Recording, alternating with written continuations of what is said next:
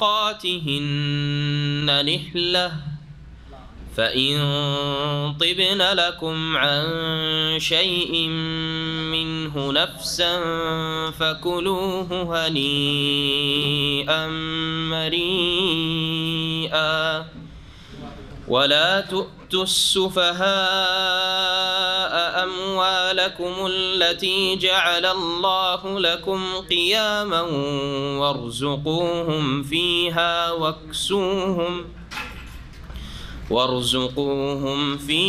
واكسوهم وقولوا لهم قولا معروفا وابتلوا اليتامى حتى إذا بلغوا النكاح فإن آنستم منهم رشدا فادفعوا إليهم أموالهم ولا تأكلوها إسرافا وبدارا أن يكبروا ومن كان غنيا فليستعفف ومن كان فقيرا فليأكل بالمعروف فإذا دفعتم إليهم أموالهم فأشهدوا عليهم وكفى بالله حسيبا للرجال نصيب مما ترك الوالدان والأقربون وللنساء نصيب مما ترك الوالدان والأقربون مما قل منه أو كثر نصيبا مفروضا وإذا حضر القسمة أولو القربى واليتامى والمساكين فارزقوهم منه وقولوا لهم قولا معروفا وليخشى الذين لو تركوا من خلفهم ذرية ضعافا خافوا عليهم فليتقوا الله وليقولوا قولا سديدا إن الذين يأكلون أموال اليتامى ظلما إنما يأكلون في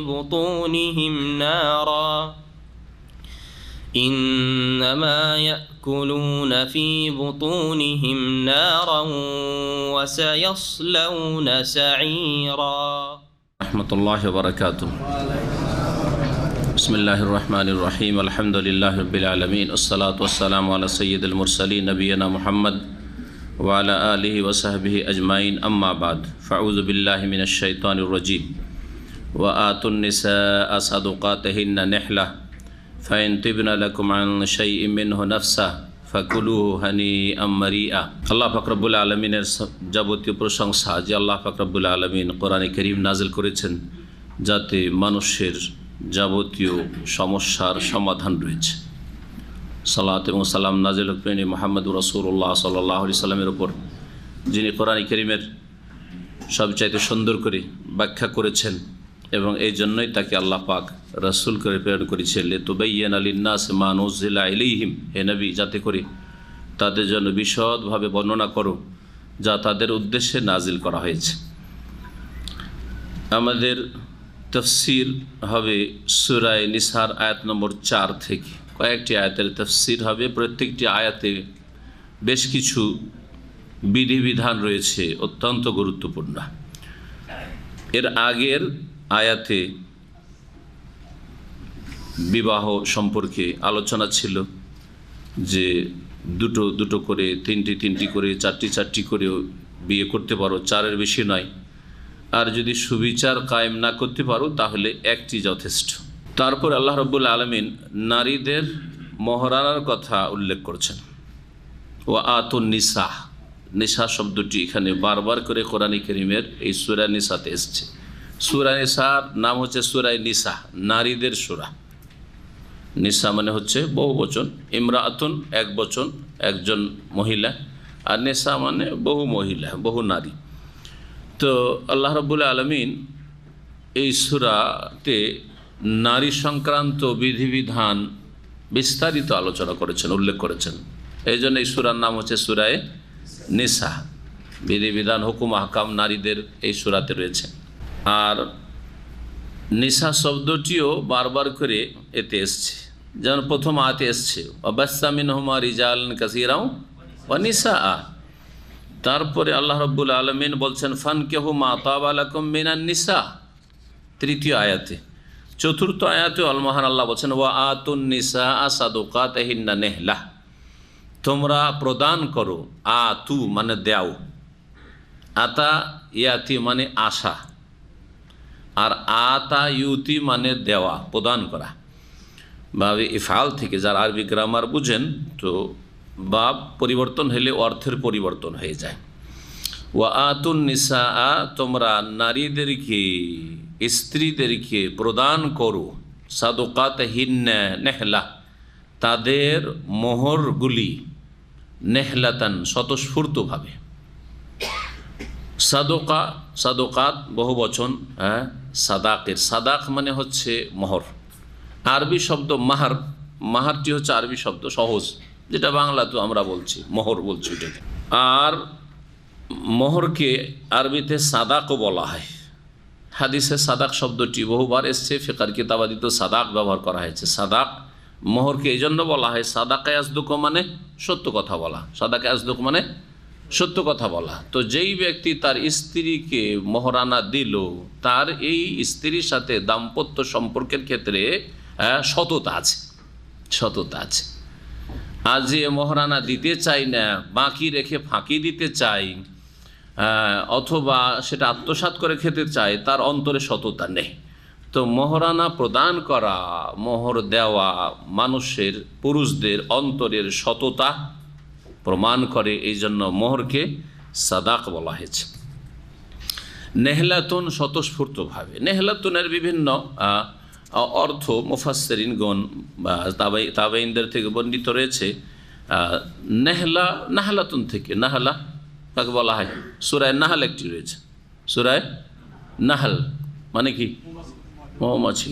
মৌমাছি মানুষের উপকার করে না অপকার করে?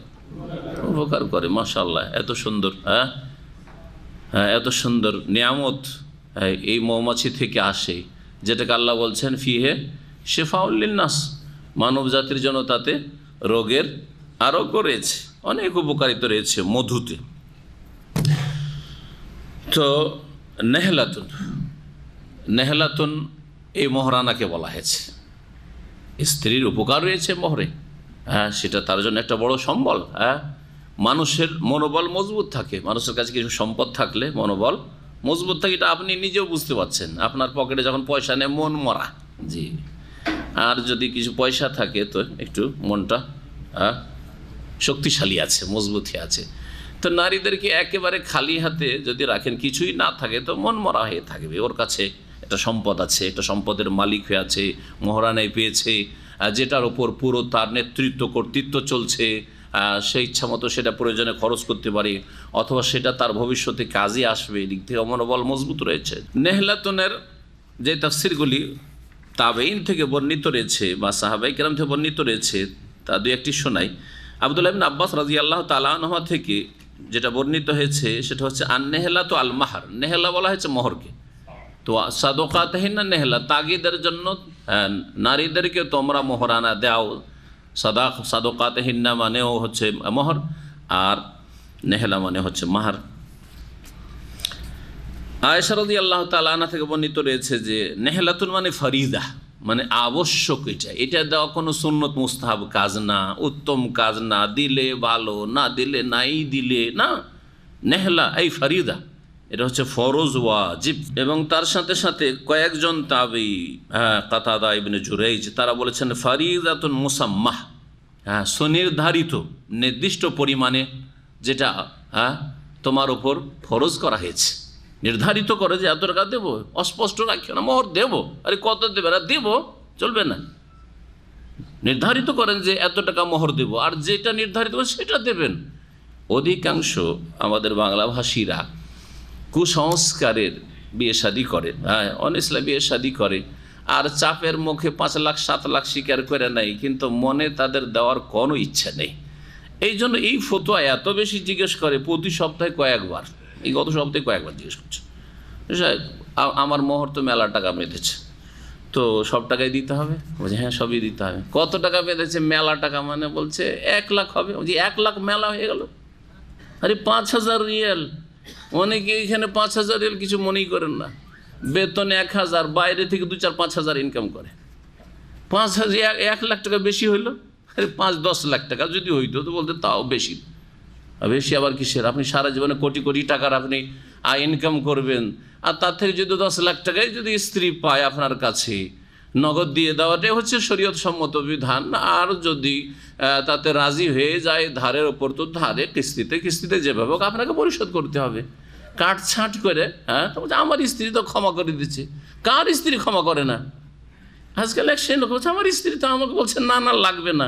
এমন কার স্ত্রী আছে বলছে ক্ষমা করবে না? একমাত্র ঝগড়া হলে তখন ক্ষমা চেয়ে, যখন ঝগড়া হয়ে গেছে আর স্ত্রী দেখছে আমাকে তো রাখবে না, তখন বলে যে ঠিক আছে, তুমি তো আমার সাথে ঝগড়াই করছো, তো আমাকে মাফ করে দাও মোহরটা। বোঝা গেছে না? যায়নি? ঝগড়া করে নিয়ে বললেন যে তোকে রাখবো না, তুই মাফ করে দে মোহরটা। তখন দেখা যাবে যে আসলে মাফ করছে নাকি। এটা হচ্ছে আসল মাফ, এটা হচ্ছে আসল মাফ। হ্যাঁ, আর আপনার ঘরে ওকে খেতে হবে, আপনাকে রাজি রাখতে হবে, না হলে আপনি তার শান্তিকে শেষ করে দিবেন, অশান্তির কারণ হবেন আপনি। যদি একটু টের পান যে এ তো একবারে মোহরের ব্যাপারে শক্ত, আমাকে একটু মাফ করতে চাই না, তাহলে আপনি মানসিক কষ্ট দেবেন আপনি, যদি আল্লাহর ভয় না থাকে তাহলে। জি, না হলেও তার উপরে একটা অনীহা থাকবে, অভক্তি থাকবে তার আপনার উপরে, আপনার ইমানের কমজোরির কারণে। অথচ ন্যায্য অধিকার তার, সে চাইছে আপনার কাছে, এটা এহসান নয় আপনার, সেটা তার অধিকার চাইছে, ফরজ আপনার ওপর। তো নেহলাতন মানে ফরিজা, আপনার ফরজ করা হয়েছে, এবং সেটা সুনির্দিষ্ট, যেটা নির্দিষ্ট করেছে, নির্ধারিত করেছে, সেটাই দিতে হবে। প্রখ্যাত ভাষাবিদ ইবনে যায়েদ বলছেন, আর নেহলা তো ফি কালামিল আরব আল ওয়াজিব, আরবদের ভাষায় নেহলা বলা হয় ওয়াজিব, ফরজ কি, তার মানে মোহর দেওয়া হচ্ছে ফরজ। জি, অর্থাৎ লা তানকিহা ইল্লা বিশাইইন ওয়াজিবিন লাহা, তুমি এমনিতে বিয়ে করে নেবে না, হ্যাঁ, কিছু দিয়ে, যেটা তোমার উপর ফরজ। এই ফরজ মোহর আদায় করে তুমি বিবাহ শাদী করবে। ওয়ালাইসা ইয়ামবাগি লিআহাদিন বাদান নবী সাইয়ান কাহা ইমরাতান ইল্লা বিসাদাকিন ওয়াজিব, রাসূলুল্লাহ সাল্লাল্লাহু আলাইহি ওয়াসাল্লামের পরে একমাত্র রাসূলুল্লাহ সাল্লাল্লাহু আলাইহি ওয়াসাল্লামের সাথে এই একটি বিধান খাস ছিল যে তিনি মোহরানা যদি নাও দেন, খালিসাতাল লাকা মিন দুনিল মুমিনিন, সূরা আযাবের একটি আয়াত রয়েছে, হে নবী এই বিধানটি শুধু তোমার জন্য খাস, মিন দুনিল মুমিনিন, অন্য কোনো মুমিন মুসলিমের জন্য নয়। সুতরাং মোহরানা দেওয়া ওয়াজিব, কোনো মানুষের জন্য জায়েজ নয়, পুরুষের জন্য যে কোনো মহিলাকে বিবাহ করবে, ইল্লা বিসাদাকিন ওয়াজিব, ফরজ মোহর ছাড়া। তো আল্লাহ রাব্বুল আলামিন এই মোহরানা দিতে বলেছেন পুরুষদেরকে, স্ত্রীদের ক্ষেত্রে। মোহর দিয়ে দেওয়ার পরে, আচ্ছা মোহরটা কার, এখানে আয়াতটার উপরে একটু আবার গভীরভাবে চিন্তা। সাদকাত হিন্না, তাদের মোহর, হিন্না বলেছে, হিন্না, হ্যাঁ, এটি হচ্ছে হ্যাঁ জমির প্রোনাউন, কিসের, পুরুষের না মহিলার? মহিলার বহু বচন, মানে স্ত্রীদেরকে। তাহলে বোঝা গেল যে মোহরটা কার? স্ত্রীদের, স্ত্রীর বাপেরও না, স্ত্রীর স্বামীরও না, স্ত্রীর ভাইয়েরও না। সুতরাং এই মোহরানার মালিক কে? এ সাদকাতে হিন্না বলেই আল্লাহ বলে দিচ্ছেন যে এই মোহরের মালিক হচ্ছে ওই মহিলা যাকে বিয়ে করছেন, ওর বাপও মালিক না। বাপ বলবে যে না, আমি তো 20 বছর মানুষ করেছি, সুতরাং এতে আমি ভাগ বসাবো, জায়েজ নাই। যদি তাকে নিতেই হয় কিছু, তাহলে ওই ছেলের সাথে শর্ত করবে যে আমার মেয়ের জন্য এতটা মোহর, আর আমি মানুষ করেছি আমার জন্য এই লাগবে, সেটা আলাদা কথা। কিন্তু মোহরানা 1-2 লাখ টাকা বাঁধলো, আর বাঁধার পরে তাতে ভাগ বসিয়ে দিল যে মেয়ে তুই 1 লাখ নে, আমি 1 লাখ, জায়েজ নাই। সাদকাতহীন না, তোমার মোহর না, তোমার মেয়ের মোহর। ঠিক, জি।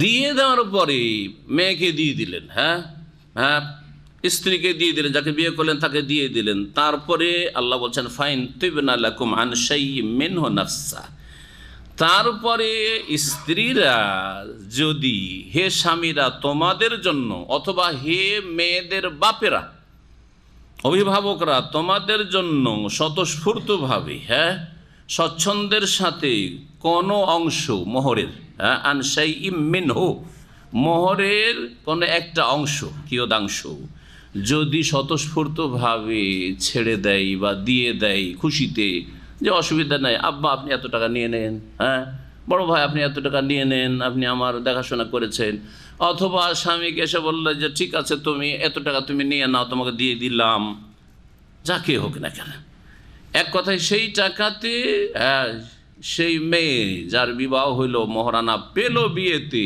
তাতে পুরো তার নিয়ন্ত্রণ রয়েছে, যাকে ইচ্ছা যতটা দিতে পারে, এবং স্বতঃস্ফূর্ত হয়, কোনো চাপের মুখে নয়। আল্লাহ বলছে তৈব না, খুশির সাথে, জি, যেটা হালাল হইতে পারে, তৈয়ব হইতে পারে, জি। আর চাপের মুখে যদি সে দেয় তাহলে সেটা তৈয়ব হবে না, সেটা খবিস, হারাম, নোংরা হবে, সেটা হারাম রুজি হবে। আল্লাহ রাব্বুল আলামিন তারপরে বলছেন যে ফাইন তিবনা লাকুম আন শাইইম মিনহু নাসসাহ, যদি তোমাদের জন্য স্ত্রীরা বা তোমাদের মেয়েরা মহারানার কিছু অংশ স্বতঃস্ফূর্তভাবে ছেড়ে দেয় বা দিয়ে দেয়, ফাকুলু হো হানি মারিয়া, তাহলে সেটা তোমরা খাও, গ্রহণ করো, সেটা হানি মারিয়া, জি, পরিতৃপ্তির সাথে, পরিতৃপ্তির সাথে। হানিয়ান মারিয়া দুটি শব্দ আল্লাহ রাব্বুল উল্লেখ করেছেন, দুটি কাছাকাছি শব্দ, দুটির বাংলাতে আমরা বলবো যেটা বলা হচ্ছে খাওয়ার সময় কোন রকম দ্বিধাদ্বন্দ্ব না থাকে, তারপরে খেয়ে বা সেটা নিয়ে যাতে করে মনে শান্তি থাকে, পরিতৃপ্তির সাথে। শাব্দিক অর্থগুলি কি বলছেন? হানিয়ান মানে হচ্ছে মা ইয়াস্তালিযু বিহি ইনদা আকলিহি, যেটা খাওয়ার সময় মানুষকে স্বাদ লাগে, ভালো লাগে খেতে, তাতে কোনো রকমের তিক্ততা থাকে না, রুচিকর, রুচির সাথে। আর মারিয়া মানে হচ্ছে যে মা ইয়াহসুনু আকিবাতুহু, খেয়ে দিয়ে তার পরিণামটা যাতে ভালো হয়। খাবার, কিছু খাবার আছে খাওয়ার সময় তো খুব মজা লাগে, কিন্তু খাওয়া দাওয়ার পরে পরিণামটা ভালো হয় না, তেলযুক্ত খাবার, গরু পাক খাবার খেলেন, খাওয়া দাওয়ার পরে পেটের অবস্থা খারাপ, শুরু হয়ে গেল পেটের ব্যথা, শুরু হয়ে গেল ডায়রিয়া, তো পরিণামটা হানিয়ান তো হইলো, মজা তো লেগেছিল, কিন্তু মারিয়ান হইল না। বোঝা গেছে এবারে? সুবহানাল্লাহ। আরবির এক একটি শব্দের অর্থ তাফসীর। এই খাবারও আপনি পছন্দ করবেন না যে এমন খাবার খাবো, এখন তো মজা লাগলো, সুগারের রুগী মিষ্টি খেতে খুব মজা লাগে, পরিণাম ভালো না, হানিয়ান কিন্তু মারিয়ান না।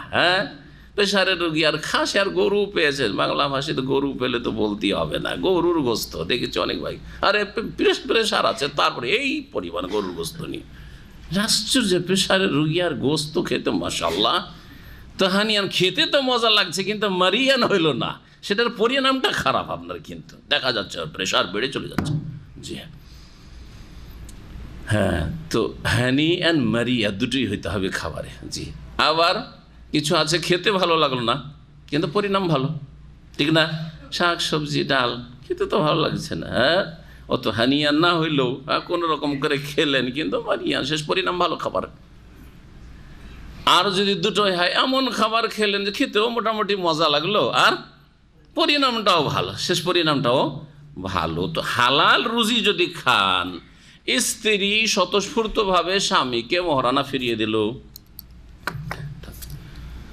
মহারানা ফিরিয়ে দিল, অথবা কিছু অংশ দিয়ে দিল, দিয়ে দেওয়া না, অনেক সময় হচ্ছে কি যে নগদ দিতে হবে, আসল সুন্নত তরিকা হচ্ছে নগদ দিতে হবে, কিন্তু স্ত্রীর রাজি হলো যে অসুবিধা, তুমি নগদ দিতে পারছো না, সুতরাং কিছু দেওয়া এখন নগদ, কিছু পরে দিও, এইটাও এর মধ্যে শামিল।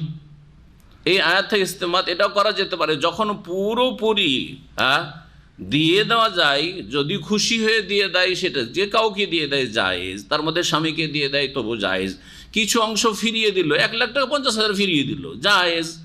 ওই রকমই ঠিক আছে, আমি 1 লাখ টাকাই নেব, যা ধার্য হয়েছে তাই নেব, কিন্তু তুমি যখন একসাথে দিতে পারছো না, তো এখন নগদ কিছু দাও আর বাকি পরে দিয়ে দিও, এত মাসের মধ্যে দিয়ে দিও, সেটাও ফাকুলুহু হানিয়াম মারিয়া, তুমি ওইভাবে রাখতে পারো।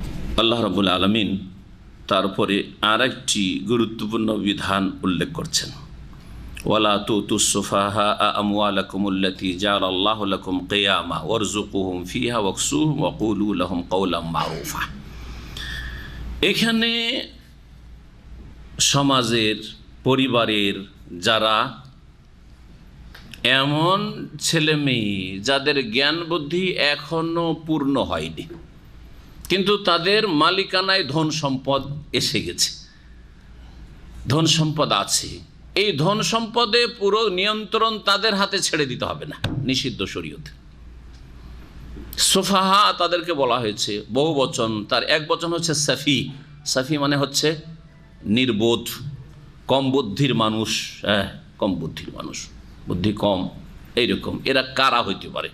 এরা কারা হইতে পারে? তাফসীর ইবনে কাসিরের ভাষায় শোনেন, কয়েক রকম লোক হইতে পারে, তাদের কথা শোনেন।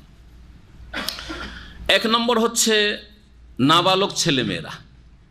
নাবালক ছেলে মেয়ে, তার এতিম হোক অথবা আপনার ছেলে মেয়ে হোক, এইটাও শুধু এতিমদের ক্ষেত্রে নয়। এতিমরা আপনার ঘরে এসে, আপনি এতিমের অভিভাবক, এতিমের মামা, এতিমের চাচা, এতিমার, অথবা যে কেউ কোনো মুসলিম, কিন্তু যে কোনো ছেলে মেয়ে, এতিম ছেলে মেয়েদের আপনি অভিভাবক হয়েছেন, যে আমি এই এতিম ছেলে মেয়েগুলি দেখাশোনা করব, তাদের ধন সম্পদগুলি দেখাশোনা করব, আপনি অভিভাবকত্ব গ্রহণ করেছেন। এরা হচ্ছে নাবালক, তাই না? নাবালক। অথবা আপনার ছেলে মেয়ে নাবালক। এই ক্ষেত্রে এই আয়াতের বিধানের প্রয়োজন আমাদের প্রত্যেকের, যাদের ছেলে মেয়ে আছে অথবা ছেলে মেয়ে ঘরে আসবে। জি হ্যাঁ, নাবালক ছেলে মেয়ে আছে। আল্লাহ রাব্বুল আলামিন তাদের সম্পর্কে কি বলছেন? যে তাদের হাতে টাকা পয়সা তুলে দিও না। বাপের পয়সা আছে, হোটেলে খাচ্ছে, ইচ্ছা মতো পয়সা নিয়ে যাচ্ছে, খরচ করছে, কোথায় কি খরচ করছে দিয়ে দিচ্ছেন তাদের হাতে টাকা পয়সা উঠিয়ে, যা ইচ্ছা তাই করো, না, জায়েজ নয়। নাবালক ছেলে মেয়ে সোফাহা। দুই নম্বর হচ্ছে সোফাহা, কম বুদ্ধির মানুষ বা নির্বোধ। কারা? পাগল। জি, পাগল, পাগল হয়ে গেছে। আপনার ভাই বেরাদর ছেলে মেয়ে কেউ পাগল হয়েছে, পাগল টাকা পয়সা বাড়ি থেকে নিয়ে যাচ্ছে, ইচ্ছা মতো কোথায় কি করছে না করছে খবরই নেই। দেওয়া যাবে পাগলের হাতে টাকা? না, দেওয়া যাবে না। সোফা এরা। তিন নম্বর হচ্ছে যে পাগল পুরাপুরি নয়, কিন্তু আধ পাগল। জি, আধ পাগলা বলি আমরা। বুদ্ধি কম, টাকা পয়সা যে যা চাইলে দিয়ে দিল, টাকা পয়সা বুঝে, কিছু বুঝে, টাকা পয়সা বুঝে, কিন্তু তাকে যদি কেউ যদি একটু ভুলিয়ে নিতে পারে, যে দাও তো 5,000 রিয়াল দাও তো, 5,000 টাকা দাও তো, টাকা বের করে দিয়ে দেবে। কী করেছিস টাকা? বাপ জিজ্ঞেস করছে, তুই কী করেছিস টাকা? বড় হয়ে গেছে, ছেলে বড় হয়ে গেছে, কিন্তু বুদ্ধি কম। আছে না অনেক ছেলে মেয়ে এরকম? অনেক ছেলে মেয়ে আছে 18 বছর, 20 বছর, 25 বছর, বুদ্ধি কম। অমুক চেয়েছিল, খুব পিড়াপিড়ি করে চেয়েছিল, লজ্জায় পড়ে গেলাম, দিয়ে দিলাম। আরে অমুককে দিলে অমুক তো টাকাই দিবে না ফিরিয়ে। বুঝা গেছে? সোফাহা, কম বুদ্ধির মানুষ, হয় পাগল। 2 নম্বর। 3 নম্বর হচ্ছে পাগল নয়, কিন্তু কম বুদ্ধির মানুষ যারা, এইরকমই যাদের দিন ধর্ম কম, নাকসুল আকল অথবা নাকসুদ্দিন, দিন ধর্ম আল্লাহর ভয় এত কম যে ওদের হাতে টাকা পয়সা পড়লে পাপের কাজে টাকা পয়সা খরচ করবে। এইরকম লোকের পাবন্দি লাগাও, ইচ্ছা মতো টাকা পয়সা, টাকা পেয়েছে আর আল্লাহ পরকাল বলে কিছুই ভয় নেই, সুতরাং এই টাকা পয়সা নিয়ে গিয়ে পতিতালয়ে আর মদে আর গাঁজাতে দিল সর্বনাশ করে। হ্যাঁ, ঠিক কিনা? হ্যাঁ, এইরকম লোক তাতে সামিল। 4 নম্বর, জ্ঞান বুদ্ধি কম অথবা দিন কম, দুটো যদি আলাদা আলাদা বলা হয় তো 5 নম্বর হয়। 5 নম্বর হচ্ছে যে এমন ব্যক্তি, সাবালক, নাবালকও নয়, পাগলও নয়, জ্ঞান বুদ্ধি আছে, কম বুদ্ধিরও নয়, বুদ্ধিও ভালো আছে, কিন্তু ঋণে ডুবে গেছে। ঋণের বোঝা, তার লাখ লাখ টাকা ঋণ তার উপর হয়ে গেছে, তারপরেও টাকা পয়সা আসছে খরচ করছে না। এই ক্ষেত্রে সরকারের অধিকার আছে তার ধন সম্পদের ওপর পাবন্দি লাগাবে। সে জমি জায়গা বিক্রি করতে পারবে না, সে টাকা পয়সা ব্যাংক থেকে উঠাতে পারবে না, ইত্যাদি ইত্যাদি। যদি বিশেষ করে যারা পাওনাদার পাবে তার কাছে পয়সা, তারা যদি অভিযোগ করে যে আমাদের ঋণ পরিশোধ করছে না, অথচ এ টাকা পয়সা দিয়ে নিজের সংসার খুব ভালোভাবে খরচ করছে আর চালাচ্ছে, আর দেশ বিদেশ ঘুরে বেড়াচ্ছে, কিন্তু অপরে টাকা দিচ্ছে না, সরকারের কাছে যদি তারা কেস করে, তাহলে সরকারের পুরো অধিকার আছে তার জমি জায়গা ধন সম্পদে কোনো রকমের সে নিয়ন্ত্রণ রাখতে পারবে না, সরকার নিয়ন্ত্রিত হয়ে যাবে। হাজর, যেটা পাবন্দি লাগানো বলা হয়, এই বিধান এখানে বর্ণনা করা হয়েছে। এখন শুনুন তাফসীর। আল্লাহ পাক রব্বানা বলছেন, ওয়ালা তুতুস সুফাহা আমওয়ালাকুম, তোমরা নির্বোধদেরকে বা কম বুদ্ধির মানুষদেরকে তোমাদের ধন সম্পদগুলি দিয়ে দিও না। তোমাদের ধন সম্পদ বলেছেন, এতে একটা দিক হচ্ছে যে আপনার ধন সম্পদ, আর আপনার ছেলেমেয়েরা এখনো কম বুদ্ধির, নাবালক হয়ে রয়েছে, বুঝে না যে কোথায় খরচ করতে হবে, কোথায় কত টাকা খরচ করতে হবে, বুঝে না। স্কুলে আপনার ছেলেমেয়েরা যাচ্ছে, মাদ্রাসায় যাচ্ছে, আর ওদের হাতে যদি 500 টাকার নোট দিয়ে দেন, তো কি না করতে পারে বলেন দেখি? নিয়ে গিয়ে বন্ধু বান্ধবকে নিয়ে, বান্ধবীদেরকে নিয়ে 500 টাকা দিয়ে সবকে নাস্তা করি, একদিনে ফুটিয়ে দিয়ে চলে আসুন। আসবে না? আসবে না? তো দেওয়া জায়েজ? আল্লাহ বলছেন না, দিবেন না। তাহলে কত টাকা দেবেন? নাস্তা করার জন্য হ্যাঁ, যত টাকা লাগে, 2, 4, 5 টাকা, 10 টাকা, যা লাগে, যেখানে যেমন লাগে। হ্যাঁ, সৌদি আরবে নাস্তার জন্য যদি আপনি 1 থেকে নিয়ে 3 রিয়াল, 5 রিয়াল দেন, তাহলে এটা হচ্ছে হ্যাঁ ঠিক। আর যদি 10 রিয়াল দেন বেশি, যদি 25-50 রিয়াল দেন তাহলে অপচয়, ঠিক না? হ্যাঁ, অবশ্যই। আর যে তাকে বলেন যে যা ওই জায়গায় টাকা আছে, যা তোর মন মতো নিয়ে চলে যা, তাহলে এটা হারাম না জায়েজ? হ্যাঁ, আল্লাহ বলছে যে নির্বোধদেরকে, নির্বোধের হাতে টাকা পয়সা তুলে দিও না, নিজের ছেলে মেয়েকে দেওয়া যায়। আমওয়ালাকুম, তাহলে আপনারই ধন সম্পদ, আপনাদেরই ধন সম্পদ, আপনার নাবালক ছেলে মেয়ে বা নির্বুদ্ধি, হ্যাঁ, কম বুঝে এইরকম ছেলে মেয়ের হাতে টাকা পয়সা তুলে দেবেন না। এটা একটি আমওয়ালাকুম, আল্লাহ বলছে তোমাদের ধন। আর যদি অন্যদের ধন সম্পদ, এতিমেরই ধন সম্পদ, আর আপনি এতিমের অভিভাবক, তো এতিমের ধন সম্পদ আল্লাহ বলছেন আমওয়ালাকুম, তোমাদের ধন সম্পদ কেন বললেন তাহলে? আর আসলে এই আয়াত নাজেল হয়েছে, প্রসঙ্গ হচ্ছে এতিম, প্রসঙ্গ হচ্ছে এতিমদের বা যাদের আসল অভিভাবক নেই, অন্যর অভিভাবক হয়েছে, তাদেরকে সম্বোধন এখানে করা হচ্ছে বিশেষ করে। তাহলে আল্লাহ রাব্বুল আলামিন তোমাদের ধন সম্পদ বললেন, অথচ ধন সম্পদ হচ্ছে কার? এতিমের। কেন? যাতে করে আপনার মধ্যে এই অনুভূতি সৃষ্টি হয় যে এটা এতিমের ধন, কিন্তু এটা আমার ধনের মতো করে দেখতে হবে, আমার ধন সম্পদের মতো করে সুরক্ষা করতে হবে। হ্যাঁ, এতিম এই কথা বলবে যে আমার বাপের টাকা, আপনি কেন এরকম করে বাধা দিবেন, আমাকে 5 টাকা করে দেবেন, আমাকে দেন, আমি 100, 200, 1000 যা ইচ্ছা তাই আমি নিয়ে স্কুলে যাব, হ্যাঁ, আমি ঘোরাফেরা করে মার্কেটে যাব, আমি যা ইচ্ছা তাই কিনব না। তারপরে আর একটা বিষয়, সেটা হচ্ছে যে তোমাদের ধন সম্পদ কেউ যদি খায় অন্যায়ভাবে, সেটা বরদাস্ত করে নেবে না। ঠিক তেমনি এতিমদের ধন সম্পদ তোমাদের কাছে এসছে, তুমি অভিভাবকত্ব গ্রহণ করেছো, তুমিও এইরকমই নষ্ট করবে না, তারপরে বেইমানি করবে না, আত্মসাৎ করবে না। ওয়ালা তুতুস সুফাহা আমওয়ালাকুম, তোমরা নির্বোধদেরকে তোমাদের ধন সম্পদ দিয়ে দিও না। আল্লাতী জাআলাল্লাহু লাকুম কিয়ামা, যা আল্লাহ তোমাদের জন্য করেছেন তোমাদের উপজীবিকা স্বরূপ, উপজীবিকা যার মাধ্যমে মানুষের জীবনযাত্রা চলে, জীবন প্রতিষ্ঠিত থাকে, এই জন্য কিয়াম আল্লাহ বলেছেন। টাকা পয়সা ছাড়া, ধন সম্পদ ছাড়া মানুষ বেঁচে থাকতে পারেন না, চলতে পারেন না। কি খাবে? হয় খাদ্যদ্রব্য থাকতে পারে না, খাদ্য কেনার পয়সা থাকতে হবে। তো আল্লাহ পাক একে কিয়াম বলেছেন। জি, এর মাধ্যমে মানুষের জীবনযাত্রা চলে। ওয়ারযুকুহুম ফিহা, তাহলে ওদেরকে যে দিতে হবে না হাতে তুলে টাকা, তাহলে তাদের খরচা, তাদের প্রয়োজনকে মিটাবে। আল্লাহ বলছেন মিটাবে। কীরকম? ওয়ারযুকুহুম ফিহা, তাদেরকে তাতে থেকে রিজিক দাও, আহার দাও, তাদের খাওয়া খরচ দাও।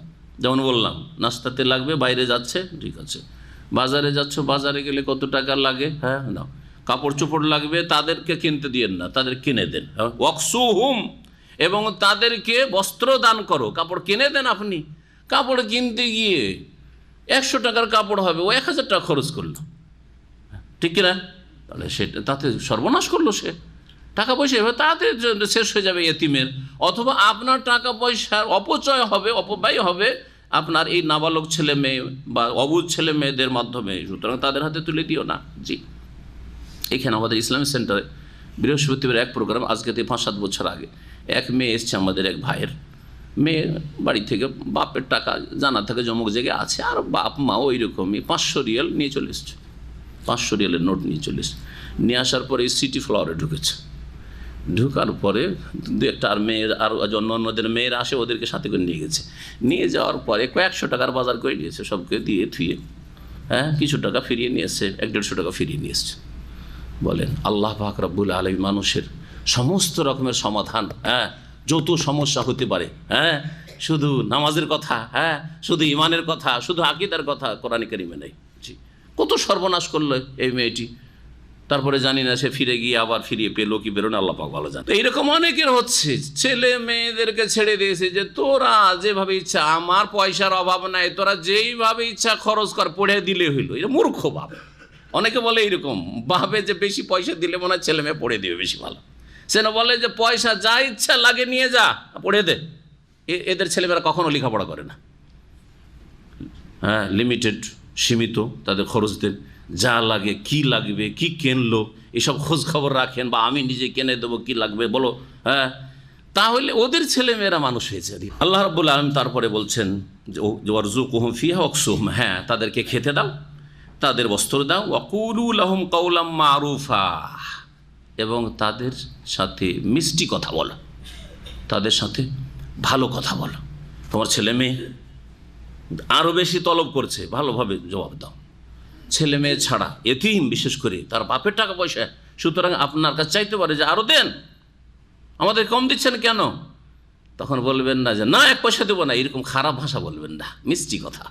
বাবা, তোমাদেরই টাকা, তোমাদের স্বার্থে বাঁচাবার চেষ্টা করছি, আর তোমরা এই তো কিছুদিন পরে বড় হয়ে যাবে, তখন সব টাকাই তোমাদের হাতে তুলে দেবো। তোমরা যখন নিজেরাই নিয়ন্ত্রণ করতে পারবে, ব্যবসা বাণিজ্য করতে পারবে বা সংরক্ষণ করতে পারবে, তখন তোমাদের হাতে সব দিয়ে দেবো, আমি এক পয়সা রাখবো না। এগুলো হচ্ছে মিষ্টি কথা। ওয়াকুলু লাহুম কাওলাম মারুফা। এইখানে এই আয়াতে আর একটা বিষয়ের দিকে ইঙ্গিত করা হয়েছে, লক্ষ্য করুন। আল্লাহ বলছেন ওয়ারযুকহুম ফিহা, তোমরা ওই টাকাতে খেতে দাও, ওই টাকাতে বস্ত্র দাও। ফিহা বলেছেন, মিনহা কেন বললেন? আরবি গ্রামার যারা বুঝেন তারা বেশি স্পষ্ট বুঝতে পারবেন, আর আপনারাও কিছু বুঝবেন। দুটোতে পার্থক্য। মিনহা মানে তা থেকে খেতে দাও, তা হতে বস্ত্র দাও, আর ফিহা তার মধ্যেই বস্ত্র দাও, তার মধ্যেই কি করো, বস্ত্র দাও, তার মধ্যে থেকে খেতে দাও, তার মধ্যেই খেতে দাও। পার্থক্যটা কি? তাতে থেকে খেতে দাও মানে কমছে, তাহলে এতিমের টাকা কি হচ্ছে, কম হচ্ছে। তাতে থেকে খেতে দাও, তাতে থেকে বস্ত্র দাও। তাহলে ধরেন বাপ যখন মারা যায় 1 লাখ টাকা নিয়ে এসেছিল, আর অভিভাবকের হাতে, যে এতিমের অভিভাবক হলো, তার হাতে 1 লাখ টাকা আসলে, ওতে থেকে যদি খেতে দেন, ওতে থেকেই যদি আপনি বস্ত্র দেন, প্রতি মাসে শেষ হইতে আছে, হইতে হইতে দ্রুত পয়সা একবারে জিরোতে নেমে আসবে, ঠিক কিনা? কিন্তু ফিহা, ওই টাকাতেই খেতে দাও, ওই টাকাতে বস্ত্র দাও, মানে টাকাটাকে বাড়াইতে থাকো, বাড়াইতে থাকো, বাড়াইতে থাকো। আর ওতে থেকে খাওয়া দাওয়া এমনভাবে করবে যে টাকাটা যেন আপন অবস্থায় ঠিক থাকে। এতিম বড় হওয়ার পরে কিছু টাকা নিয়ে যেতে পারে, এমন নয় যে 5-7 বছর পরে এতিমকে বললে যে তোর বাবার কাছ থেকে যে টাকা পয়সা নিয়ে এসেছিলি, তোর লেখাপড়ায় সব খরচ হয়ে গেছে। না, এরকম না হয়। এই জন্য আল্লাহ রাব্বুল আলামিন ইয়েতিমের টাকা পয়সা বড় আমানত বলেছেন। এবং আপনি যেমন টাকা পয়সাকে আপনি বাঁধা করে রেখে দিচ্ছেন না, বাড়াবার চেষ্টা করেছেন, ইয়েতিমের টাকা পয়সাকে বাড়াবার চেষ্টা। নবী সাল্লাল্লাহু আলাইহি ওয়াসাল্লাম এই মর্মে একটি হাদিস রয়েছে যে তোমরা ইত্তাজিরু ফি মালিল ইয়েতিম, ইয়েতিমের ধন সম্পদে ব্যবসা করিও। এমন ব্যবসা করবেন না, আবার নিজের ব্যবসা করবেন না, বেশি রিস্ক আছে ওই ব্যবসায়, আমি আমার টাকা খাটাবো না। আমরা অনেকে করি, তাই না? একটা ব্যবসা দেখছেন যে 80% রিস্ক মুক্ত, ঝুঁকি মুক্ত, 20% ঝুঁকি আছে। প্রত্যেক ব্যবসাতে ঝুঁকি আছে, আছে না নেই? লাভ লসের সম্ভাবনা, লাভ লসের দুটো আছে, কিন্তু 80% লাভের সম্ভাবনা। তখন আমরা ওই ব্যবসা করি, ঠিক কিনা? আর একটা ব্যবসায় দেখছেন যে 70 থেকে 80% লসের সম্ভাবনা আছে, 20-30% লাভের সম্ভাবনা আছে। তাতে নিজের টাকা লাগাবেন? নিজের টাকা লাগাবেন না, কিন্তু দিলেন এতিমের টাকা লাগিয়ে, যে এতিমের টাকা আছে এটাকে লাগিয়ে দিয়ে ব্যবসায় হইলো লাভ, আর না হলে তা ওকে বলবো যে এই ব্যবসাতে তো লাভ হলো না, লস খেয়ে গেছি, টাকা গেল ওর গেল। বোঝা গেছে? না, খবরদার করবে না এরকম কাজ। যেটা নিজের টাকা পয়সার ক্ষেত্রে ভালোবাসা, সেটাই তাদের টাকা পয়সার ক্ষেত্রে করবে। জি, এটাও মনে রাখবেন। নবী সাল্লাল্লাহু আলাইহি ওয়াসাল্লাম কি বলছেন যে তোমরা এতিমের ধন সম্পদে ব্যবসা করিও, এমন ব্যবসা যাতে লাভবান হওয়ারই চান্স বেশি আছে। লিআল্লাহ তাকুলাহু সাদাকা, যাতে করে প্রতি বছর জাকাত দিয়ে দিয়ে সেটা শেষ না হয়ে যায়। প্রতি বছর 2.5% করে জাকাত দিতে দিতে দিতে দিতে একসময় অনেক কমে আসবে, তাই না? বাহ্যিক কমে আসবে, যদিও আল্লাহ বরকত দিবেন সেটা আলাদা বিষয়, কিন্তু আপনাকে বলা হয়েছে যে বাহ্যিক ক্ষেত্রেও টাকা বৃদ্ধি করার চেষ্টা করো হালাল পন্থায়। আল্লাহ পাক রব্বুল আলামিন তারপরে বলছেন যে এই যে ইয়েতিম ছেলে মেয়েরা, অভিভাবকদেরকে বলছেন যে এতিম ছেলেমেয়েরা তোমাদের ঘরে আছে, তাদেরকে বড় করছো, মানুষ করছো, এদের টাকা পয়সাটা কখন দেবে? কখন দেবে? কেমন করে বুঝবে যে এই টাকা পয়সার নিয়ন্ত্রণ ঠিকভাবে করতে পারবে? এখন টাকা পয়সা ওদের হাতে তুলে দিলে নষ্ট হবে না, কেমন করে বুঝবে? আল্লাহ বলছেন ওদের পরীক্ষা করা। আল্লাহ এখানে পরীক্ষার কথা বলেছেন। মহান আল্লাহ বলছেন ওয়াবতালুল ইয়াতামা, তোমরা পরীক্ষা করো। ইবতিলা মানে পরীক্ষা, যেমন ইমতিহান মানে পরীক্ষা, ইখতিবার মানে পরীক্ষা, তেমন ইবতিলা মানে হচ্ছে পরীক্ষা। এই যে বালা মুসিবত বলা হয়, বালা বালা আসলে পরীক্ষা। সৎ লোকের জন্য পরীক্ষা আর অসৎ লোকের জন্য আযাব। অসৎ লোক পাপীর জন্য আযাব। ভালো মানুষের ওপর যদি বিপদ আপদ আসে সেটা আযাব, শাস্তি নয়, সেটা তার জন্য আল্লাহর পক্ষ থেকে পরীক্ষা নিরীক্ষা, যে দেখি বান্দা আরো শক্ত ইমানের উপর আমলের উপর হচ্ছে নাকি সে অসন্তুষ্ট হয়ে যাচ্ছে রবের ওপর। তাকে 10 বছর সুখে রেখেছি, 2-4-10 দিন বা 1 বছর আমি অসুস্থ রেখে পরীক্ষা করি, দেখি। আল্লাহ পরীক্ষা করছেন। জি হ্যাঁ, পরীক্ষা। আপনাকে তখন ওইভাবে পরীক্ষায় পাশ করতে হবে যে আমার বয়স এখন 40, আমি এই 40 বছরের মধ্যে মনে হয় অসুস্থ, 6 মাসও অসুস্থ থাকিনি। এতদিন আমি সুস্থ, তাহলে কিছুদিন যদি অসুস্থ থাকলাম তো কেন আল্লাহর উপর নারাজ হবো? কেন আমি অভিযোগ করবো? কেন অসন্তুষ্ট হব? আল্লাহ পাকের কাছে দোয়া করব আরোগ্যের জন্য, এবং আমি চিকিৎসা করাবো। নবী সাল্লাল্লাহু আলাইহি সাল্লাম চিকিৎসা, কোরআন এবং হাদিসে চিকিৎসার অনুমতি দেওয়া হয়েছে, বড় উৎসাহিত করা হয়েছে। আল্লাহ পরীক্ষা করতে বলেছে ওয়াবতালুল ইয়াতামা, তোমরা এতিম ছেলে মেয়েদের পরীক্ষা করো। কেমন করে পরীক্ষা করবেন? ওলামারা বলছেন যে এতিম ছেলে মেয়ে যখন ধীরে ধীরে বড় হচ্ছে, সাবালক হইতে যাচ্ছে, সাবালক হওয়া পর্যন্ত দেবেন না। এখন সাবালক হয়ে গেছে। সাবালক কখন হয়? সাবালক হওয়ার বেশ কিছু লক্ষণ রয়েছে, হাদিস দ্বারা প্রমাণিত। সেগুলি একটি হচ্ছে নাভির নিচে পশম, লোম গজানো, এটা তাড়াতাড়ি হয়ে যায়। আর একটা তাড়াতাড়ি হয় ছেলেদের ক্ষেত্রে, সেটা হচ্ছে স্বপ্নদোষ হওয়া। স্বপ্নদোষ, কারো স্বপ্নদোষ আগে হয়ে যায়। স্বপ্নদোষের আগে অধিকাংশ কী হয়ে যায়? নাভির নিচে লোম গজায়। এটা হচ্ছে সাবালক হওয়ার লক্ষণ। এইগুলো যদি না পাওয়া যায়, অনেকের বিলম্ব হতে পারে, স্বপ্নদোষ হয়নি আর নাভির নিচে লোমও দেখা যায় না, তাহলে সাবালক কেমন করে হবে? সাবালক 15 বছর হলে সাবালক হবে। নবী করিম সাল্লাল্লাহু আলাইহি সাল্লামের সামনে আব্দুল্লাহ বিন উমর গেলেন যে জিহাদে আমি শরীক হব, বদরের বছর নিলেন না, ওহুদের বছর গেলেন, নিলেন না। তোমার 14 বছর বয়স, তখন 14 বছর বয়স ছিল। তারপরের বছর খন্দকের বছর নিয়ে রাসূলুল্লাহ সাল্লাল্লাহু আলাইহি ওয়াসাল্লাম খন্দকের বছর তাকে নিয়ে নিলেন। তো 15 বছর হলে যদি অন্য কোনো লক্ষণ নাও পাওয়া যায় তাহলে সাবালক হয়ে গেছে। মেয়েরা সাবালিকা, মাসিক হলে সাবালিকা হয়। আর অন্যান্য যে পুরুষদের লক্ষণগুলি রয়েছে সেগুলিও তাদের ক্ষেত্রে লক্ষণ। দাড়ি মোজ গজানো এগুলো তো আরও অনেক পরে হয় অনেক সময়, তাই না? এগুলোও সাবালক হওয়ার লক্ষণ ছেলেদের ক্ষেত্রে। তো যখন সাবালক হয়ে আসছে, একটা ছেলের বয়স 15 বছর হয়ে আসছে, তখন ওকে পরীক্ষা করার জন্য সব পয়সা দিয়ে না, কিছু পয়সা দিন, যে যা তুই একটু ব্যবসা করতো, যত কেনাকাটা করে নিয়ে আয়। দিলেন তাকে 200-400 টাকা দিলেন, বলে যা বাজার করে নিয়ে আয়, যা তোর তোর এই বাজারগুলো তোর লাগবে, জামা কাপড় লাগবে, কিনে নিয়ে আয়। প্রাথমিক পরীক্ষা এরকম। দেখছেন যে কি করছে না করছে, ভালোভাবে বাজার কেনাকাটা করতে পেরেছে কি পারে না, এটা একটা পরীক্ষা হলো। তারপরে হালকা ছোট একটা ব্যবসা, ক্ষুদ্র ব্যবসা দেন ওকে, 2-4-5 হাজার টাকা দিয়ে, লাখ লাখ টাকা আছে ওর বাপের হয়তো জমা আছে আপনার কাছে, 2-4-5 হাজার টাকা দেন, যাকে লস খাবে এই 5 হাজার টাকা পরীক্ষা করা হোক তাকে। 5 হাজার দিয়ে একটা ছোটো ব্যবসা কর দেন, ওই ব্যবসাতে যদি লাভবান হয়ে যায় বা লস না খায়, কমপক্ষে পুঁজিটা টিকিয়ে ফিরে আসতে পারে, তাহলে জানবেন যে হ্যাঁ এখন যোগ্যতা আসছে তার মধ্যে, সাবালক হয়েছে, তার সাথে টাকা পয়সা সংরক্ষণের যোগ্যতা আছে, ব্যবসা বাণিজ্য করতে পারবে। তখন তার হাতে তার যে আমানত রয়েছে তা সমর্পণ করতে হবে, ফিরিয়ে দিতে হবে তাকে। আল্লাহ পাক বলছেন ওয়াবতালুল ইয়াতামা, ইয়াতিম ছেলে মেয়েদের পরীক্ষা করো, হাত্তা ইজা বালাগুন নেকাহা, এমনকি যখন তারা বিবাহযোগ্য হয়ে যাবে, বিবাহের বয়সে পৌঁছে যাবে, মানে সাবালক হয়ে। বিবাহের বয়স মানে কি? আজকাল যদি বালাগুন নেকাহ মানে তর্জমা করেন তো 40 বছর হইতে হবে, নাহলে তো পায়ে দাঁড়ায় না। বিদেশে এসছে, এখন যাবে দেশে, তাহলে তো, আর দেশে এখন মাস্টার ডিগ্রি করেছে, চাকরি নেই, চাকরি পাবে, তাহলে তো চাকরি শুরু করেছে, এখন বাড়িঘর করতে পারেনি, তো পায়েই তো দাঁড়াইতে পারেনি। কিসে দাঁড়িয়ে আছে জানি না, কিসের ঘরে দাঁড়িয়ে আছে, আল্লাহ ভালো জানে, এদের আল্লাহ হেদায়েত করে এদেরকে। তো বালাগুন নেকাহ মানে সাবালক হয়েছে, সাবালক হলে বিবাহযোগ্য হয়েছে, সাবালক হলেই বিবাহযোগ্য হয়েছে। জি হ্যাঁ, ফাইন আনাসতুম মিনহুম রুশদান, তাদের আনাসা, ইউনেস ইনাস মানে দেখা, জি আনাসা, আনাসা, আর আনাসা মানে মহব্বত করা, ভালোবাসা, উনস থেকে, মানুষকে ইনসান কেন বলা হয়?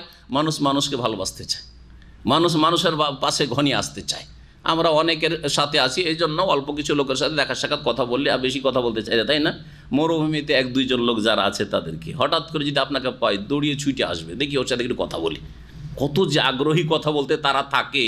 যদি কোনো দিন যান ওই সব মাজরাগুলিতে অথবা মরুভূমিতে যারা গরু ছাগল অথবা উঁট নিয়ে থাকে তাদের কাছে দেখা করেন, তাহলে বুঝতে পারবেন। আমি এইরকম বিভিন্ন সময় এরকম পরিস্থিতিতে দেখি সুবহানাল্লাহ, কী যে আগ্রহের সাথে কেঁদে ফেলে কথা বলতে। বলছে যে 6 মাস হয়ে গেল কোন মানুষের সাথে কথা বলতে পারি, একা আছে। মানুষ ভালোবাসা পছন্দ করে, ভালোবাসতে চায়, পাশে বসতে চায়। জি, যার কৌতূহল জাগে আপনার। আপনি এয়ারপোর্টে বসে আছেন, পাশে একটা লোক দেখছে, মনে হচ্ছে আমার দেশের হইতে পারে, পাশে গিয়ে বসলেন, সালাম আলাইকুম ভাই, কোথায় বাড়ি আপনার? বলছেন না? কেন? তুই কি আর মুই কি, আমি দূরেই থাকলাম, দরকারটা কি তোর? এটা তো করি না আমরা, তাই না? আল্লাহ রাব্বুল আলামিন বলছেন যে ফাইন আনাস্তম মিন মুসলিম, তো আনাসা মানে হচ্ছে দেখা। তো ইনসানকে ইনসান কেন বলে বলছিলাম, ইনসান এক মানুষ আর এক মানুষকে ভালোবাসতে চায়, পাশে দাঁড়াতে চায়, পাশে বসতে চায়, ঘনিয়ে আসতে চায়, সেই জন্য উনুস থেকে। আর ইনাস থেকেও বাবে এফাল থেকেও সম্পর্ক আছে, ইনসানকে ইনসান বলা হয়, কারণ মানুষকে দেখা যায়, পক্ষান্তরে জিনকে দেখা যায় না। আনাসা মানে দেখ, আনাসা মিন জানিবি তুরে নারা, তুর পাহাড়ের পাশে মূসা আলাইহিস সালাম আগুন দেখলেন, ওখানে দেখার অর্থে রয়েছে। আনাসা মানে আবসারা, রা, জি দেখেছেন। জি, এখানে ওই ফাইন আনাস্তম, জি আনাসা মদ করে দেখার অর্থ। তো ইনসানকে ইনসান কেন বলা হয়? দেখেন, ইনসানকে দেখা যাচ্ছে, তাই না? কিন্তু এখানে যদি জিন বসে থাকে আমাদের আলোচনা শুনে, তো আমরা দেখতে পাচ্ছি না, কিন্তু পাচ্ছি। জি, জিন জান্নায়ের জন্য মানে ঢেকে নেওয়া। ফালাম্মা জান্না আলাইহিল লাইলু, যখন ইব্রাহিম আলাইহিস সালামের রাত ঢেকে নিল, মানে রাতের অন্ধকার ঢেকে নিল, তো এইখান থেকে জিন। তো জিন যেহেতু আমাদের নজর থেকে ঢাকা, নজরের আড়ালে, সেই জন্য জিনকে জিন বলা হয়। আর ইনসানকে দেখা যায়, সেজন্য ইনসান বলা হয়। জি, তো আল্লাহ রাব্বুল আলামিন বলছে ফাইন আনাস্তুম মিনহুম রুশদান, ওই ইয়েতিম ছেলে মেয়েদের মধ্যে যদি তোমরা তাদের ভালো মন্দের বিবেচনা জ্ঞান দেখো। রুশদ মানে হচ্ছে ভালো মন্দের বিবেচনা জ্ঞান, ভালো মন্দের মাঝে পার্থক্য করছে, এটা লাভ, এটা লস, কোনখানে কতটা খরচ করতে হয়, কোনখানে কি করতে হয়, জ্ঞান বুদ্ধি ভালো আপনাকে এসে পরামর্শ দিচ্ছে। এতিম ছেলে, 14 বছর 15 বছরের ছেলে, অনেক চালাক চতুর, এসে পরামর্শ দিচ্ছে যে শোনেন, এক জায়গাতে দেখলাম একটা ব্যবসাতে ভালো লাভ আছে। জি, এক জায়গায় একটা জমি বিক্রি হচ্ছে, ওই জমিটা কিনে রাখলে অনেক ফায়দা হবে, পরামর্শ দিচ্ছে। আপনি খোঁজ নিয়ে দেখলেন যে কথা তো ঠিকই, আরে এইসব খবর আমি রাখি, এই ছেলে খবর রাখে, বুদ্ধিমান তাইলে। হ্যাঁ বুদ্ধিমান, 15 বছর বয়স হয়েছে, বুদ্ধিমান। কিন্তু এক ছেলে বোকা ছেলে, 18-20 বছর বয়স হয়ে গেছে, পাগলামি কথাবার্তা বলে। জি, হ্যাঁ, আর কোন টাকা পয়সা দিলে আরও ক্ষয়ক্ষতি করে। তো না, এখনও জ্ঞান বুদ্ধি তাইলে হয়নি তার। ফাইন আনাস্তুম মিনহুম রুশদান, তাদের থেকে যদি তাদের কি দেখো, তাদের ভালো মন্দের বিবেচনার জ্ঞান উপলব্ধি করো, দেখতে পাও, ফাদফাউ ইলাইহিম আমওয়ালাহুম, তাহলে তাদের ধন সম্পদ তাদের কাছে ফিরিয়ে দাও, তাদের হাতে তুলে দাও। যে তোমার বাবার টাকা, তোমার আব্বা মারা গিয়েছিল, তোমরা ছোট ছিলে, এই টাকা পয়সা আমার কাছে ছিল, এই জমি জায়গা অমুক অমুক জমিগুলো তোমাদের দেখাশোনা আমি করতাম, এই নাও, নিয়ে নাও।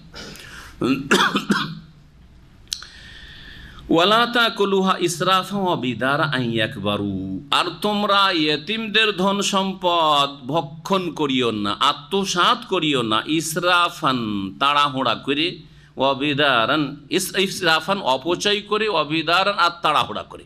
ইসরাফ মানে অপচয়, অপব্যয় করে, আর বেদারান বাদারা ইবাদেরও থেকে মানে জলদি করে, তাড়াতাড়ি করে, আই একবারু যে তারা বড় না হয়ে যায়, আই একবার মানে খাসিয়াত, আই একবারু বড় না হয়ে যায়, বড় হলে তার খেতে পাবো না। অনেক অসৎ অভিভাবকরা এতিমদের দেখাশোনা করছে, ভাতিজা ভাতিজির ভাই মারা গেছে, অথবা ভাগনা ভাগ্নির ভগ্নিপতি মারা গেছে, ওরা তার বুঝে না টাকা পয়সার কি হিসাব নিকাশ, আর জমি জায়গাতে কি কতটা ফসল হচ্ছে আর না হচ্ছে কিছু বুঝে না।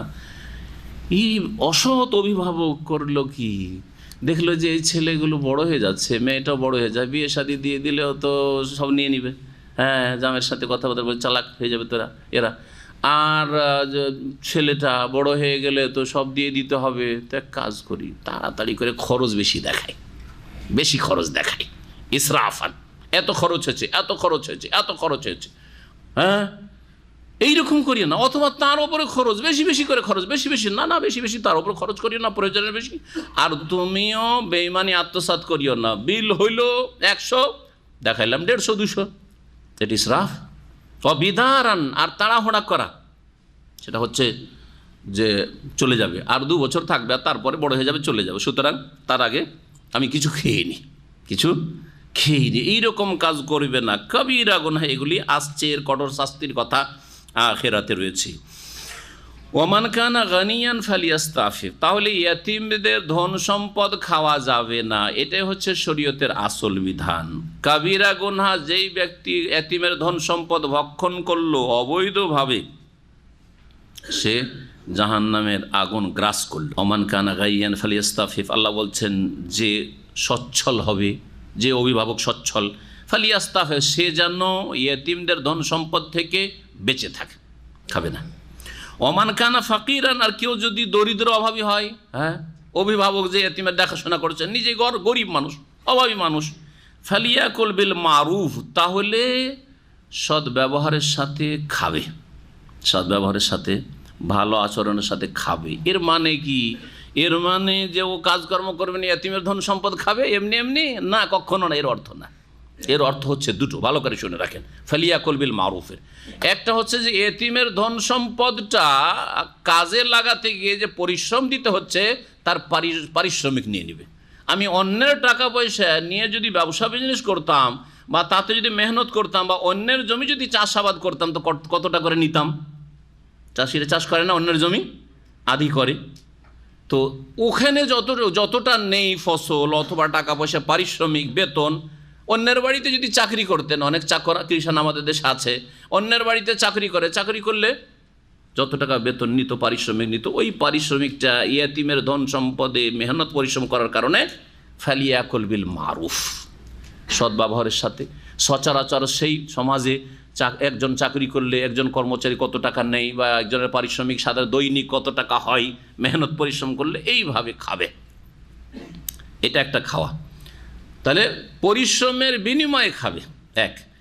2 নম্বর আর একটা রাস্তা আছে, সেটা হচ্ছে যে গরিব মানুষ ইয়েতিমদের দেখাশোনা করছে, এই ক্ষেত্রে ইয়েতিমের টাকা পয়সা কিছু ধার নিয়ে নিজের ব্যবসা বাণিজ্য করলো, আর নেওয়ার পরে সেটা ঠিকভাবে ফিরিয়ে দিল।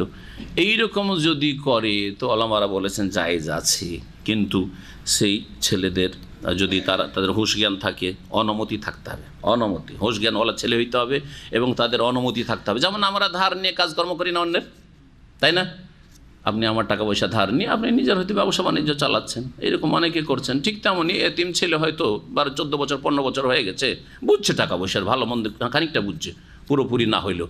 তো ওকে বলেন যে তোমার তো অনেক টাকায় আছে, আর টাকাটা এমনি ব্যাংকে বসে আছে, আমি ব্যবসা বাণিজ্য করি, আর এই ব্যবসা বাণিজ্য করে তোমাকে কিছু লাভ দেবো, আমারও কিছু লাভ হবে। জি, ধার হিসাবে নিলাম আমি, কার্জে হাসানা।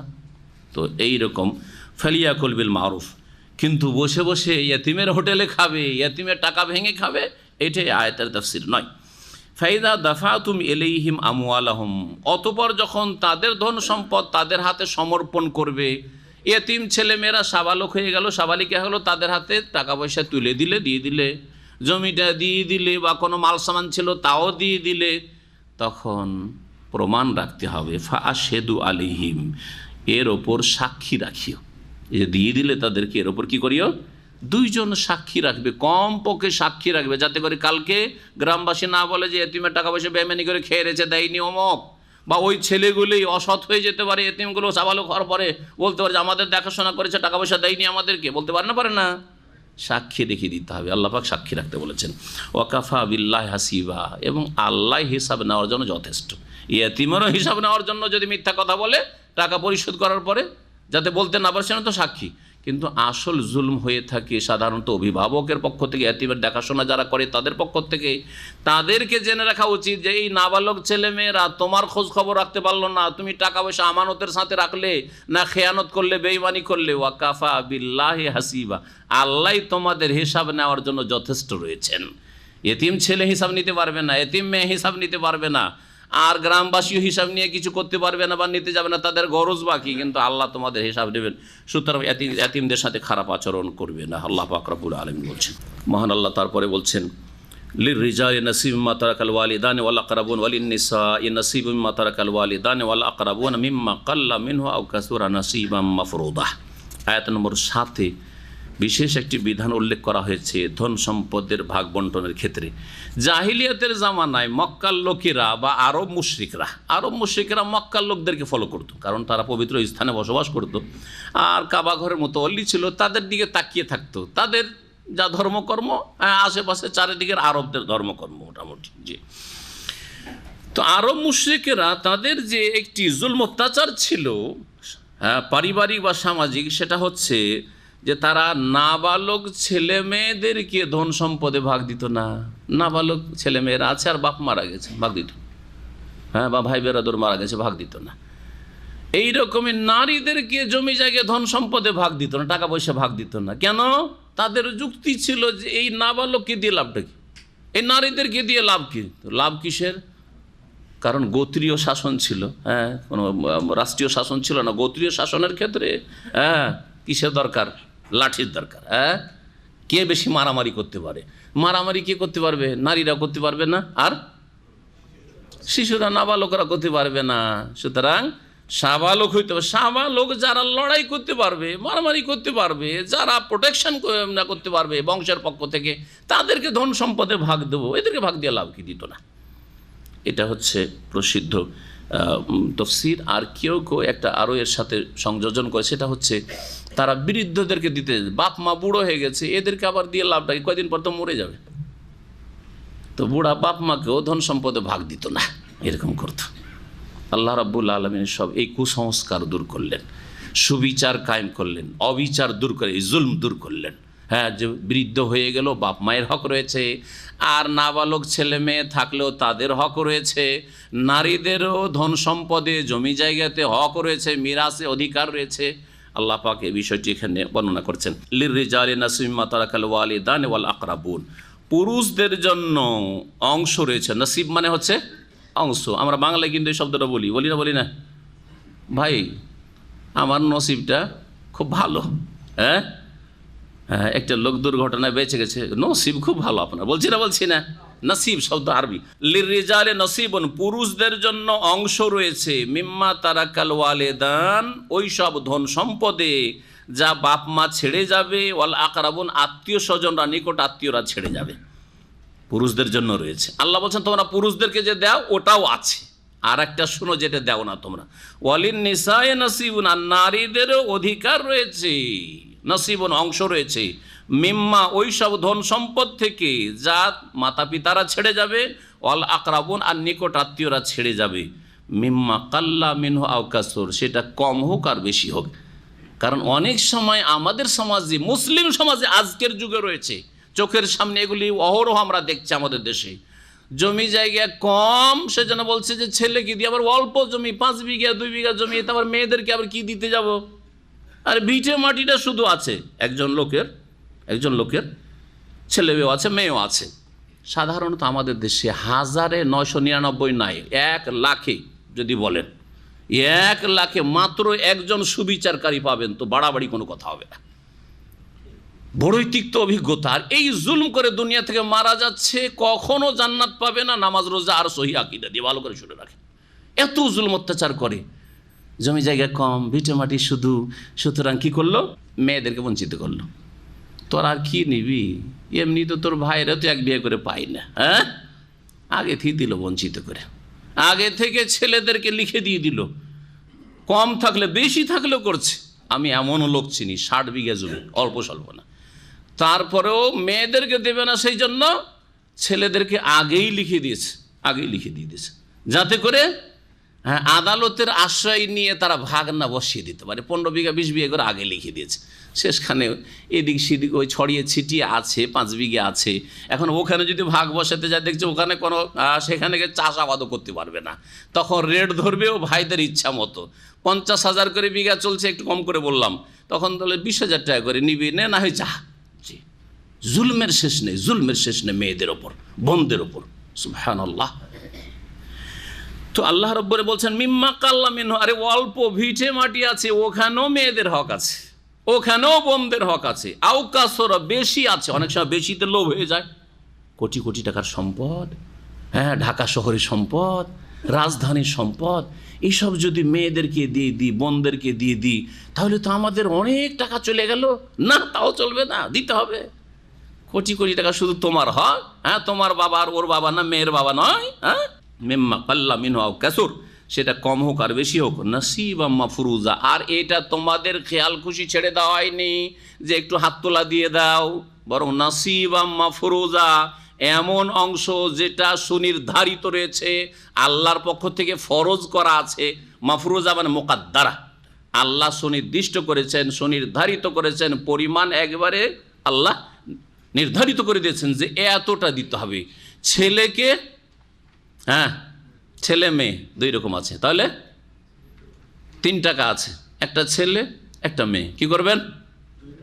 2 টাকা ছেলেকে, মেয়েকে 1 টাকা। অবিচার করা হয়নি। সামনে সপ্তাহে বা তারপরের সপ্তাহে ইনশাআল্লাহ যখন মিরাসের আয়াতের তাফসীর শুরু করব, তখন কেন অবিচার করা হয়নি, বরং এইটা সুবিচার, বরং মেয়েদেরকে 2-এর জায়গায় যে 1 দেওয়া হয়েছে সেটাই যথেষ্ট বেশি দেওয়া হয়েছে, কম দেওয়া হয়নি, এবং এতেই সুবিচার রয়েছে। এই বিষয়গুলি ইনশাআল্লাহ তারা উল্লেখ করে। তো আল্লাহ রাব্বুল আলামিন বলছেন যে এটা সুনির্ধারিত রয়েছে, সুতরাং হাত তোলা দিয়ে মন বুঝা করে পাঠিয়ে দিলে বোনকে, হ্যাঁ, মেয়েকে, এটা চলবে না। আল্লাহ যা ভাগ করে দিয়েছেন ওই ভাগ দিতে হবে।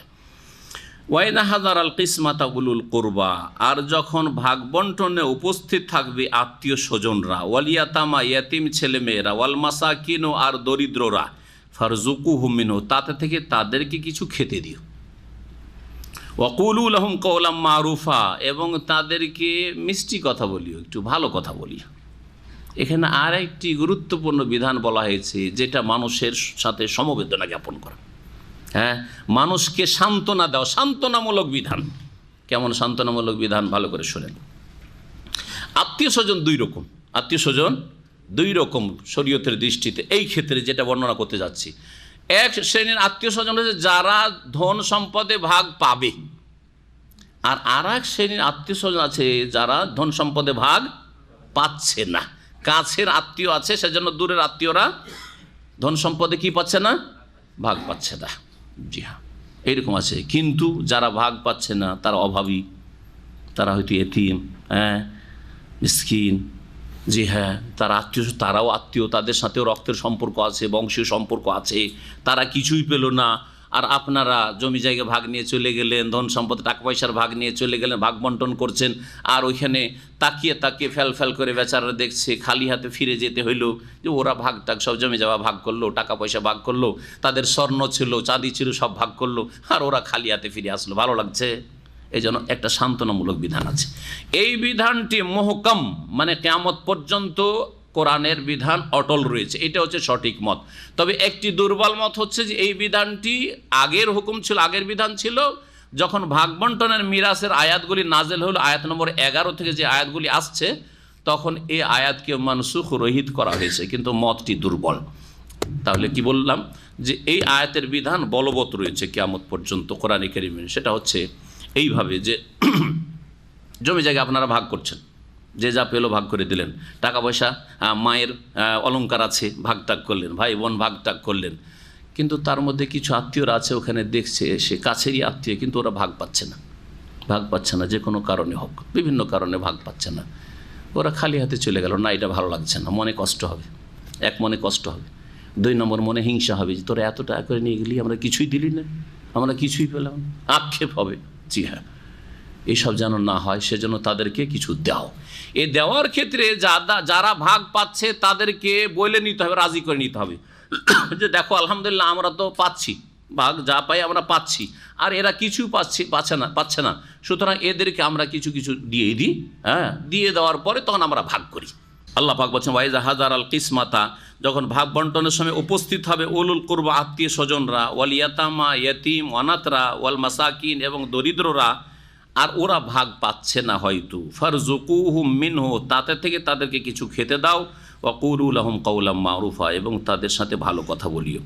তারপরের আয়াতে আল্লাহ পাক ইরশাদ করেছেন ওয়ালিয়াখশাল্লাযীনা লাউ তারাকু মিন খালফিহিম যুররিয়াতান দিআফান খাফু আলাইহি ফালিয়াত্তাকুল্লাহ ওয়া লিয়াকুলু কাওলান সাদীদা। আয়াতের তরজমা করি আর তারপর তখন এর ব্যাখ্যা কয়েক রকম করে মুফাসসিরিনগণ বর্ণনা করেছেন, সেগুলি বর্ণনা করব। আল্লাহ বলছেন ওয়ালিয়াখশাল্লাযীনা লাউ তারাকু মিন খালফিহিম যুররিয়া, যেন ভয় করে ওই সব লোকেরা যারা তাদের পরে যদি তাদের অসহায় ছেলে মেয়েদেরকে ছেড়ে যেত, খাফু আলাইহিম, তো তাদের জন্য তারা খুব উদ্বিগ্ন থাকতো, তাদের জন্য তারা আশঙ্কা করতো যে আমাদের ছেলে মেয়ের কী হবে। ফালিয়াত্তাকুল্লাহ, সুতরাং তারা যেন আল্লাহকে ভয় করে, ওয়ালিয়াকুলু কাওলান সাদীদা, এবং তারা যেন সঙ্গত কথা বলে, নাই সঙ্গত কথা বলে, কোনো অবিচারের কথা না বলে। এতে কাকে সম্বোধন করা হয়েছে? আল্লাহ রাব্বুল আলামিন এখানে সম্বোধন করেছেন যারা ইয়েতিমদের অভিভাবক, ইয়েতিমদের অভিভাবক, মালিকানা করছে, দেখাশোনা করছে, তাদেরকে আল্লাহ বলছেন যে তারা যেন ভয় করে। হে ইয়েতিমদের অভিভাবকরা, তোমরা ভয় করবে আল্লাহকে। হ্যাঁ, তোমাদের ছেলে মেয়েদের দশাটা যদি এইরকম হইতো, অর্থাৎ তোমরা যদি মারা যেতে, তো অন্যের ছেলে ইয়েতিম হয়ে তোমার ঘরে এসছে, তোমাদের ছেলে মেয়েরা যদি ইয়েতিম হইতো, তাহলে কত তোমরা চিন্তা করতে, উদ্বিগ্ন থাকতে তোমাদের এই ইয়েতিম ছেলে মেয়েদের জন্য মওতের পূর্ব মুহূর্তে। চিন্তা করো তো, তোমাদের ছেলে মেয়েদের সাথে তোমাদের ইন্তেকালের পরে আর তোমাদের ছেলেমেয়েরা নাবালক কেউ যদি অবিচার করত, জুলম অত্যাচার করত, যদি তাদের টাকা পয়সাগুলি কেউ শোষণ করে নিত, বেঈমানি করত, কত কষ্ট লাগতো। ঠিকই তেমনি তোমরা যখন অভিভাবক হয়েছো ইয়াতিমদের, তোমরা অবিচার করবে না, বেঈমানি করবে না, খেয়ানত করবে না, মেরে খাবে না। জি, এটা হচ্ছে তাহলে সম্বোধন কাকে? ইয়াতিমদের অভিভাবককে। এটা হচ্ছে একটি মত। আর একটি মত হচ্ছে এতে সকল মানুষকে সম্বোধন করা হয়েছে। প্রত্যেকে আমরা কিন্তু এই অবস্থায় আছি, যে কোনো সময় আমাদের মত আসতে পারে, পারে কি পারে না? ইয়াতিমের অভিভাবকের সাথে এটা খাস না, যে কোনো মানুষ যাদের ছেলে মেয়েরা আছে সকলে কিন্তু তাদের ক্ষেত্রে একটু চিন্তিত। একটু অসুখ হলে চিন্তা বেড়ে যায়, একটু অসুখ হলে চিন্তা বাড়ে না, বাড়ে না? যে আল্লাহ, এই অবস্থা যদি মারা যায়, আমার ছেলে মেয়েগুলো নাবালক হয়ে আছে, একটাও ছেলে বড় হয়নি, অথবা শুধু মেয়েরা আছে, তোর মাকে কে দেখবে, আর এই মেয়েগুলোকে কে দেখবে, বিবাহ শাদীও দিতে পারলাম না, ছেলেগুলো কোনো কাজেও লাগতে পারেনি এখনও, কি অবস্থায় চলে গেলে কি হবে? ভয় করি না, করি না? সকলে ভয় করেন, ঠিক না? যখন নিজের ছেলে মেয়েরা যদি অসহায় থাকে, ভয় লাগে আপনাকে যে আমি মারা গেলে কি অবস্থা হবে এদের, ঠিক তেমনি অন্যের ছেলেদের ক্ষেত্রেও ভয় করিও, জুলুম অত্যাচার করিও না। ওয়ালিয়াখশাল্লাযীনা লাউ তারাকু মিন খালফিহিম যুররিয়াতান দিআফা খাফু আলাইহিম, সুতরাং ফালিয়াত্তাকু, আল্লাহকে ভয় করিও, অন্যের ছেলে মেয়েদের জুলুম অত্যাচার করিও না, অন্যের মাল ধন সম্পদ অবৈধভাবে হারামভাবে ভক্ষণ করিও না, এবং সঙ্গত কথা, বেঈমানি করিও না, বেঈমানির সাক্ষী দেন। হয়তো নিজে বেঈমানি করলেন না, কিন্তু আপনি কারো পক্ষে একটা মিথ্যা সাক্ষী দিয়ে দিলেন, তাহলে ভালো কথা বললেন না, আপনি কাউলে সাদিদ বললেন না, নাই সঙ্গত কথা বললেন না। কেউ কেউ বলেছেন তৃতীয় তাফসীর শুনে নেন, সেটা হচ্ছে যে এখানে সম্বোধন করা হয়েছে ওই সব লোকদেরকে যারা মৃত্যু মুখে পতিত ব্যক্তিকে দেখতে হাজির হয়েছে। একটা লোক মারা যাচ্ছে, শেষ অবস্থায় আছে, আর ওই অবস্থায় বেশ কিছু লোক দেখতে গেছে, যায় না, যায় না? এই যারা দেখতে ওখানে হাজির হয়েছে, আত্মীয় স্বজন বা গ্রামবাসী, তাদেরকে আল্লাহ সম্বোধন করছেন। কি সম্বোধন করছেন? ফালিয়াত্তাকুল্লাহ ওয়া লিয়াকুলু কাওলান সাদীদা। এই যে লোকটি মারা যাচ্ছে, লোকটি মারা যাচ্ছে, আর ছেলে মেয়ে ছেড়ে যাচ্ছে অসহায়, এই অবস্থাটা তো তোমাদেরও হইতে পারত, ঠিক না? ভয় করেন না যে এ মারা যাচ্ছে, যদি এই জায়গায় আমি হইতাম, ওফ, তা আমার কি অবস্থা হইতো, আমার ছেলে মেয়েগুলোর কী অবস্থা হইতো? চিন্তা করছেন আপনি, যদি আপনার চিন্তা সত্যি যদি সুস্থ মস্তিষ্কের আর বিবেকবান মানুষ আর মানবতা যদি থাকে আপনার, এই যে আপনি ভয় করছেন নিজের ছেলে মেয়েদের ক্ষেত্রে, ঠিক তেমনি এর ছেলে মেয়েদের ক্ষেত্রেও ভয় করেন আপনি, আর অন্যদের ক্ষেত্রে ভয় করে। সুতরাং ফালিয়াত্তাকু, আল্লাহকে ভয় করেন, ওয়ালিয়াকুলু কাওলান সাদীদা, আর ন্যায়সঙ্গত কথা বলেন। মানে এই লোকটি যে মারা যাচ্ছে, মওতের আগে ওকে কিছু ভালো উপদেশ দেন, ওকে স্মরণ করিয়ে দেন, ওসিয়ত করার, বিশেষ করে এখানে কি বলা হয়েছে? ওসিয়তের কথা স্মরণ করিয়ে দিতে বলা হয়েছে বিশেষভাবে। যদি ওই ব্যক্তি, যেই ব্যক্তি মারা যাচ্ছে, এখনও মারা যায়নি কিন্তু শেষ অবস্থায়, সে যদি বিত্তবান হয়, টাকা পয়সাওয়ালা মানুষ হয়, অনেক টাকা পয়সা আছে, এখন এই মারা গেলে কি হবে? ধন সম্পদগুলি সব তার আত্মীয় স্বজনরা কি করবে? ভাগ বন্টন করে নেবে। ওকে ওই সময় নসিহত করেন, উপদেশ দেন, বুঝান যে এই টাকা পয়সা থেকে কিছু আপনি মসজিদ মাদ্রাসা দান করে দেন, কিছু ইসলামের দাওয়াতের কাজে ইসলামী সেন্টারে দান করে দেন, এগুলো আপনার জন্য সাদকা জারিয়া থাকবে, এই একটা দিক। দ্বিতীয় হচ্ছে যে আপনার আত্মীয় স্বজন বোধ এমন কিছু আত্মীয় আছে যারা আপনার ধন সম্পদে মারা গেলে ভাগ পাবে না, ওদের জন্য কিছু ওসিয়ত করে দেন যাতে করে ওরা বঞ্চিত না হয়।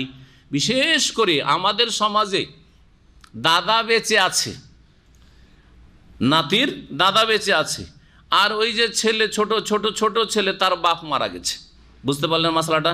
আর একটু স্পষ্ট করে বলি, যারা বিদেশে কাজ করছেন এদের টেনশনটা আরও বেশি থাকে এই ব্যাপারে। বাপের কাছে টাকা পাঠাচ্ছেন, বাপের কাছে টাকা পাঠাচ্ছেন, 10 বছর 20 বছর ধরে সব বাপের অ্যাকাউন্টে টাকা, মায়ের অ্যাকাউন্টে টাকা। ছেলে আপনার না বললো, হঠাৎ করে আল্লাহ না করে এখানে মারা গেলেন, হলো না, আপনার ভাইয়েরা আছে, আপনার টাকা পয়সাদের জমি জায়গা কার নামে হয়েছে? ওই জাহিলিয়াতের তরিকা, ইসলামী তরিকা অবলম্বন করেন, জাহিলিয়াতের তরিকে কি করেছেন? বাপের নামে করেছেন। এই বাপের নামের জমি জায়গায় ভাগ কে পাবে বলেন?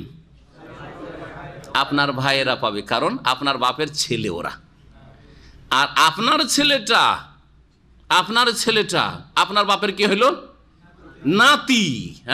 ভাই আপনার মাধ্যমে সে ছেলে, তাই না? ছেলের ছেলে, ঠিক কিনা? তো যখন নিজের ছেলেরা আছে, নিজের ছেলে থাকতে ছেলের ছেলে ধন সম্পদে ভাগ পাবে না। এটা হচ্ছে কাছের আত্মীয় থাকতে দূরের আত্মীয় ভাগ পাবে না, শরীয়তের সুবিচার বিধান। আপনি জুলুম করেছেন, আল্লাহ জুলুম করেননি। আপনি জুলুম করেছেন, আপনার টাকা পয়সা দিয়ে আপনার নামে জমি জায়গা হবে, কেন আপনার বাপের নামে জমি জায়গা হলো? আপনার বাপের খরচা চালাতেন, চিকিৎসা চালাতেন, বাড়ি ঘর লাগবে সেটা করে দিতেন, তাদের খাওয়া খরচ দিতেন, বস্ত্র দিতেন, কিন্তু সব টাকা কেন তুলে দিয়েছে? এই জুলুম কেন? স্ত্রীর উপর জুলুম করেছেন, ছেলে মেয়েদের জুলুম করেছেন কেন? আপনার কি জানা ছিল যে আরও বাঁচবো, এটা দিলাম পরে আমার ছেলে মেয়েদের জন্য করব? কেন এই জুলুম অত্যাচার করেছেন? বাপেরও কিছু ভাগ ছিল, তো আপনার ছেলে মেয়েদের ভাগ তো ওতে আছে, ওদেরকে এইভাবে আপনি কেন রেখে গেছেন অসহায়? এই ক্ষেত্রে ওই দাদাকে যারা ওই লোকের, ওই বুড়োর ইন্তেকাল হচ্ছে, কথা বোঝা গেছে? ইন্তেকাল হচ্ছে, ওই সময় যারা গ্রামবাসী হাজির হয়েছে, আত্মীয় স্বজনরা, তারা কি করবে? ফালিয়াত্তাকুল্লাহ ওয়া লিয়াকুলু কাওলান সাদীদা, গিয়ে বলবে যে আপনার ছেলে তো বিদেশে মারা গেছে, আর ওর ছেলে আছে, মানে আপনার নাতি আছে, এখন আপনার জমি জায়গাগুলো তো সব ভাগ পেয়ে যাবে কারা? আপনার ছেলেরা। ওই নাতিটা তো কিছু পাবে না, তো নাতির জন্য কি করেন? ওসিয়ত করেন তাড়াতাড়ি, আপনার মওতের আগে ওসিয়ত করেন, তো ওর চাচারা সব নিয়ে যাবে, কিছু তো দেবে না। শরীয়তও বলছে, কারণ ওদের হক। জি হ্যাঁ, ওসিয়ত করে গেলে তখন ওইটা ফরজ হয়ে যাবে, আমরা সাক্ষী থাকছি। ফালিয়াত্তাকুল্লাহ ওয়া লিয়াকুলু কাওলান সাদীদা। এবার বুঝতে পেরেছেন? এই আয়াতের বাস্তবায়ন এভাবে করতে হবে। এই মর্মে ওলামারা বলছেন ওসিয়ত করা ফরজ। ওসিয়ত তখন সুন্নত মুস্তাহাব না, ওসিয়ত করা ফরজ। এবং 1/3 ধন সম্পদ ওসিয়ত করা যেতে পারে দ্বীনি প্রতিষ্ঠানে, ইসলামিক কাজে, অথবা আত্মীয় স্বজন যারা ভাগ পাবে না তাদেরকে, অথবা গ্রামবাসী আমি কাউকে দিতে চাই, আমার আপনজন কাউকে, প্রিয়জন কাউকে দিতে চাই, 1/3 অংশে ওসিয়ত করা যেতে পারে। তার কম হলে ভালো, তার বেশি জায়েজ নাই। একটি আয়াত আর বাকি আছে, তা দিয়ে আলোচনা শেষ করব। আল্লাহ পাক বলছেন, ইন্নাল্লাযীনা ইয়াকুলুনা আমওয়ালাল ইয়াতামা যুলমা, নিশ্চয় যারা ইয়াতীমদের ধন সম্পদকে ভক্ষণ করে, গ্রাস করে, জুলমান অন্যায়ভাবে, তাদের অনুমতিক্রমে নয়, বা তাদের টাকা পয়সাকে খাটিয়েছে, মেহনত করেছে, তারপরে ভাগ নিয়েছে, অর্ধেক ওকে দিয়েছে, অর্ধেক নিয়েছে, যেটা জায়েজ, বা পারিশ্রমিক নিয়েছে, এরকম নয়। বরং অন্যায়ভাবে যদি এতিমের ধন সম্পদ গ্রাস করে, ইন্নামা ইয়াকুলুনা ফি বুতুনিহিম নারা, তারা তাদের উদরে জাহান্নামের আগুন ভক্ষণ করে, আগুন খায় তারা। জি, জাহান্নামের আগুন, অর্থাৎ জাহান্নামে তারা যাবে। ওয়াসায়াসলাউনা সাইরা, এবং তারা অচিরেই জ্বলন্ত আগুনে প্রবেশ করবে। এখানে আজকের তাফসীর শেষ করছি। আল্লাহ পাক যেন আমাদের দিনের কথা কবুল করেন এবং দিনের প্রতি চলার তৌফিক দান করেন, জীবনের প্রতিটি ক্ষেত্রে ইসলামী বিধিবিধানের বাস্তবায়নের তৌফিক দান করেন। আল্লাহ পাক আমাদের সকলকে জান্নাতের রাস্তায় রাখেন এবং হেফাজতে রাখেন। আল্লাহ পাক যখন নেবেন কালেমা তাইয়্যিবার ওপর যেন আমাদের আত্মা গ্রহণ করেন, আমাদের সকলকে জান্নাতুল ফিরদৌস দান করেন। ওয়া সাল্লাল্লাহু ওয়া সাল্লামা আলা নবিয়িনা মুহাম্মদ ওয়া আলা আলিহি ওয়া সাহবিহি।